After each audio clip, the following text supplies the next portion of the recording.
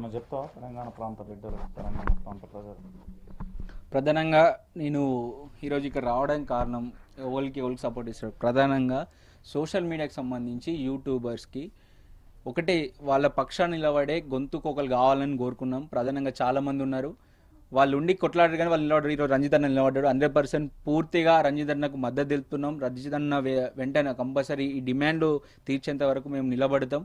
ఒక జర్నలిస్ట్గా, అదేవిధంగా ఒక యూట్యూబర్గా పక్కా మాకు చాలా అనుమానం అంటే మాకు గతంలో 10 సంవత్సరాల్లో మాత్రం ఎలాంటి జరగలేదు. అంటే మామూలు చూసి అందరూ బీఆర్ఎస్కి పోయినాం, కాంగ్రెస్కి పోయినాం, ఒక ఇటు బీజేపీకి పోయినాం. అక్కడికి పోతే మంచి రెస్పెక్టు, వాళ్ళు ఒక మర్యాదపూర్వకంగా రిసీవ్ చేసుకోవడం ఇవన్నీ కనిపించింది, అంత బాగానే అనిపించింది.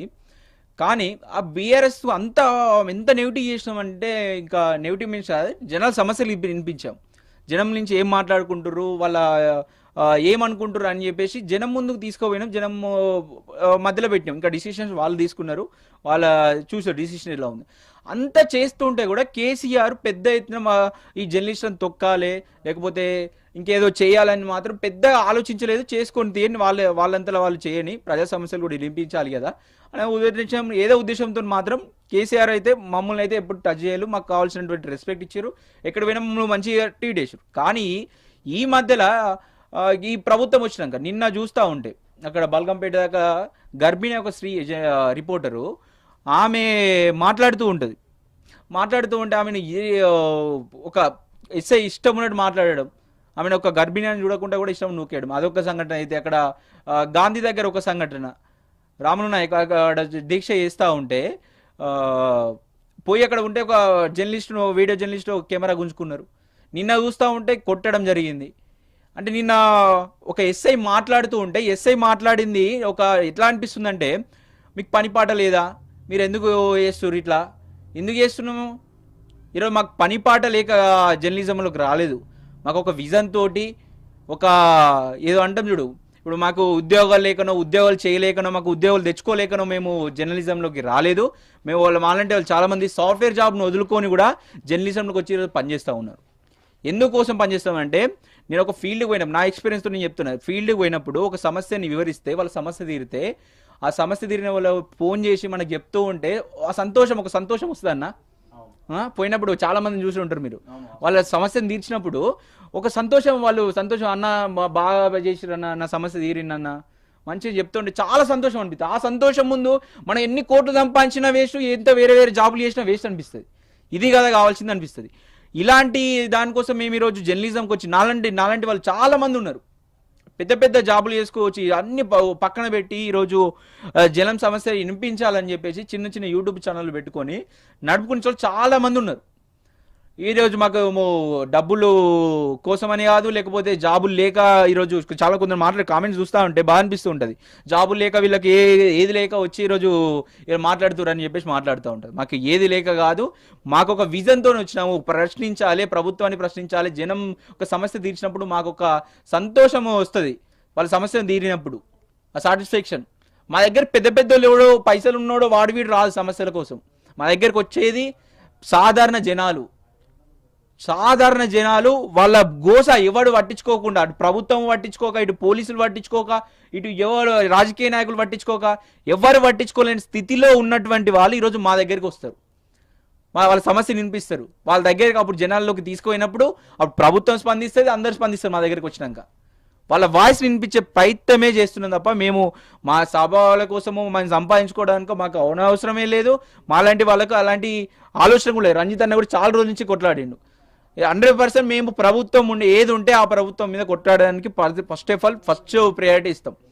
ప్రభుత్వం మీద 100% కొట్లాడతాం. ఎందుకంటే ప్రభుత్వం మీదనే ఎక్కువ ఫోకస్ ఉంటుంది ఏ జర్నలిస్ట్ అయినా. ఎందుకంటే ప్రభుత్వం ఏం చేస్తుంది, వాళ్ళ డిసిషన్స్ ఏమున్నాయి, వాళ్ళ పాలసీస్ ఏమున్నాయి, వాళ్ళు ఏమైనా పాలసీస్ తీసుకొస్తే ఆ పాలసీస్ ఎంతవరకు జనంలోకి వెళ్తాయి, జనంలోకి ఎంతవరకు లబ్ధి చెందుతాయి, ఎంతవరకు వాళ్ళు అనుకున్న రీచ్ మంచిగా ఉంటుంది, జనంలోకి వాళ్ళ ఏ విధంగా ఉంటుంది అనేది జనాలకు వివరించే బాధ్యత మా పైన ఉంటుంది.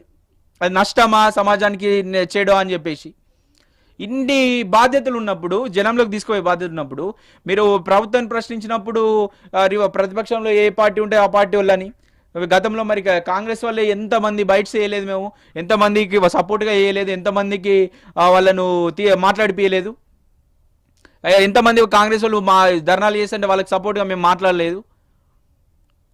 ఇవన్నీ మాట్లాడినాం కదా. ఇప్పుడు దానివల్ల మేము ఇప్పుడు అనడం అది కరెక్ట్ అయిన పద్ధతి కాదు. అంటే కొంతమంది పని కట్టుకొని చేసే వాళ్ళు చాలా మంది ఉంటారు కావచ్చు, వాళ్ళను అనడం ఇబ్బంది లేదు. అందరూ జర్నలిస్టులు అందరూ మంచి వాళ్ళని నేను అనలేను, అందరు చెడ్డవాళ్ళని కూడా మీరు కూడా అనవలసిన అవసరం లేదు. ఎందుకంటే ఎక్కడైనా మంచి చెడు రెండూ ఉంటాయి. అందరూ కంపల్సరీ ఒక జర్నలిస్ట్గా ఇలాంటి ఆపద వచ్చినప్పుడు, సంపద వచ్చినప్పుడు అయితే అందరూ వస్తారు. సంపద మరీ దావతిద్దాం అంటే అందరూ వస్తారు. కానీ ఆపద వచ్చినప్పుడు ఇలాంటి స్థితిలో ఉన్నప్పుడు మళ్ళీ ఒక యూట్యూబర్ పైన కావచ్చు, మళ్ళీ ఒక జర్నలిస్ట్ పైన కావచ్చు దాడులు జరగొద్దంటే ఈరోజు రంజిత్ అన్న ముందుకు వచ్చి కొట్లాడుతూ ఉండు, మన కోసం మాట్లాడుతూ ఉండు.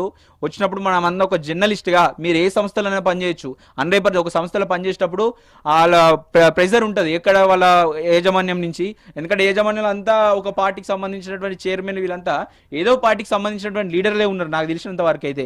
ఇంకా ఒకవేళ పెద్ద మెయిన్ స్ట్రీమ్ మీడియాకి వచ్చినట్టయితే మెయిన్ స్ట్రీమ్ మీడియా ప్రధానంగా ఏదో పార్టీకి సింక్ అయ్యి మాత్రమే ఉంది. అలాంటి తరుణంలో మీరు వాయిస్ వినిపించలేరు, ఎందుకంటే వాళ్ళకు యాజమాన్యానికి వ్యతిరేకంగా అస్సలు మాట్లాడలేదు. అట్లాంటప్పుడు మీరు వ్యక్తిగతంగా బయటకు వచ్చి మాట్లాడండి. వ్యక్తిగతంగా ఇలాంటి జర్నలిస్టులు ఇలాంటివి ఉన్నప్పుడు బయటకు వచ్చి మాట్లాడండి. అంటే మీరు అలా మీ జాబులకు ఇబ్బంది అయితే, మీ యొక్క డ్యూటీలకు ఇబ్బంది అయితే మనము దాన్ని ఇక పెద్ద మాట్లాడేసిన దానికి మీరే భయపడ్డారంటే ఇంకా జనాలకు ఎవరు వినిపించాలి, జనం సమస్యలు ఎవరు వినిపించాలి? ప్రధానంగా అయితే ఇప్పటికైతే అందరం ఏకతాటిపై ఉన్నాం. ఎవరికి ఒక జర్నలిస్ట్కి ఎలాంటి ఆపద వచ్చినా వచ్చినా అందరం ఒకటవుదాం, అందరం ఒకటై మన సమస్యలను మనమే తీర్చుకునే ప్రయత్నం చేద్దాం. కంపల్సరీ ప్రభుత్వానికి మాత్రం హెచ్చరిస్తాం, జర్నలిస్టులను ముడితే మాత్రం ఊరుకునే లేదు. ఎప్పుడైతే ఒక పోలీసు ఎవరైతే చేంజ్ చేసుకున్నారో ఆ పోలీస్ పైన వెంటనే చర్యలు తీసుకోవాలి, కేసులు పెట్టాలి వాళ్ళపైన. వాళ్ళకి మేము తప్పులు చేస్తే, మేము ఇల్లీగల్ థింగ్స్ చేస్తే మా మీద కేసులు పెట్టండి. కేసులు పెట్టి చట్ట ప్రకారం మా మీద ఎఫ్ఐఆర్ బుక్ చేసి కోర్టుకు సమర్పించండి. మేము అప్పుడు అక్కడ కోర్టులో చూసుకుంటాం. మీరు చేతిలో తీసుకొని, రాజ్యాంగాన్ని మీరు చేతిలో తీసుకొని, లాండర్ మీరు చేతిలో తీసుకొని గుద్దడం ఏంది, కొట్టడం ఏంది, ఇదేంది అర్థమైనటువంటి పరిస్థితిలో ఉంది. ఇప్పుడు 100% ఒక చట్టపరంగా ఒక ప్రభుత్వంగా మీరు కంపల్సరీ ఎవరైతే జర్నలిస్టుల మీద చర్య తీసుకున్నారో వాళ్ళపైన కేసులు చేయాలి. ఆ ఒక కానిస్టేబుల్ పైన, ఒక ఎస్ఐ పైన, వీళ్ళందరి పైన 100% కేసులు చేయాల్సిందే. మీరు కేసులు తీసుకోరు, ఎందుకంటే మళ్ళీ మీరు ఎఫ్ఐఆర్ మిమ్మల్ని చేయాలి కదా. 100% అన్నతో మాట్లాడుతుంది దీనిపైన. అవసరమైతే కోర్టు కూడా వెళ్ళే ప్రయత్నం చేద్దామన్న. అవసరమైతే వీళ్ళు కేసు ఎట్లా మనం పోతే వీళ్ళు కేసులు తీసుకోరు, కోర్టులో వెళ్ళే ప్రయత్నం కూడా చేద్దాం.